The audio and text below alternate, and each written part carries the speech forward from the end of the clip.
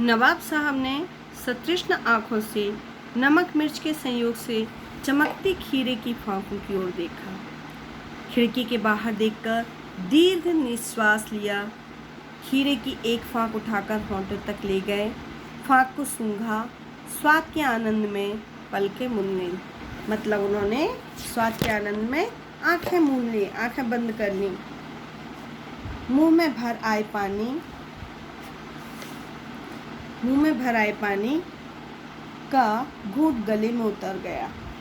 तब नवाब साहब ने फांक को खिड़की से बाहर छोड़ दिया। नवाब साहब खीरे की फांकों को नाक के पास ले जाकर वासना से रसास्वादन कर खिड़की की ओर के बाहर फेंकते गए। मतलब जितने भी उन्होंने जो फांकें की थी तो उनके पीस को, खीरे के पीस को लेकर नाक से सूंघकर खिड़की के बाहर फेंकते गए। नवाब साहब ने खीरे की सब फांकों को खिड़की के बाहर फेंककर तौलिए से हाथ और होंठ पोंछ लिए और गर्व से गुलाबी आंखों से हमारी ओर देख लिया, मानो कह रहे हों, यह है खानदानी रईसों का तरीका। नवाब साहब खीरे की तैयारी और इस्तेमाल से थक कर लेट गए। हमें तस्लीम में सिर खम कर लेना पड़ा।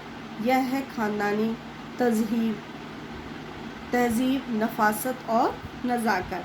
मतलब उन्होंने कहा कि ये खानदानी जो तहजीब है, उनकी दिखाने की जो शिष्टता है, उसको उन्होंने दिखाया। फिर है नफासत मीन्स स्वच्छता, और नज़ाकत क्या होता है, जो कोमलता होती है। तो तहजीब, नफासत, नज़ाकत, तो इस प्रकार उनका खानदानी है।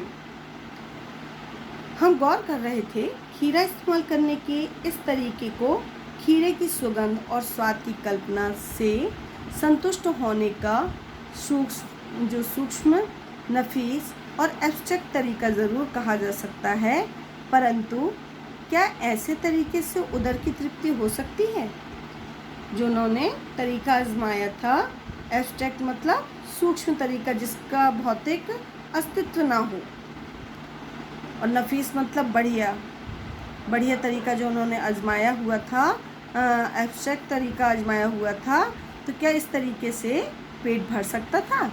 नवाब साहब की ओर से भरे पेट के ऊंचे डकार का शब्द सुनाई दिया और नवाब साहब ने हमारी ओर देखकर कह दिया, खीरा लजीज होता है लेकिन होता है शकील।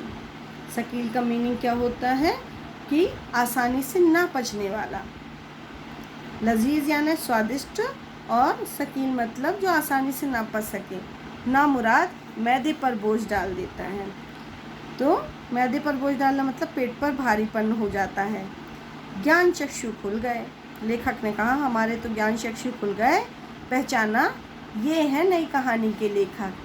खीरे की सुगंध और स्वाद की कल्पना से पेट भर जाने का डकार आ सकता है, तो बिना विचार, घटना और पात्रों के लेखक की इच्छा मात्र से नई कहानी क्यों नहीं लिखी जा सकती?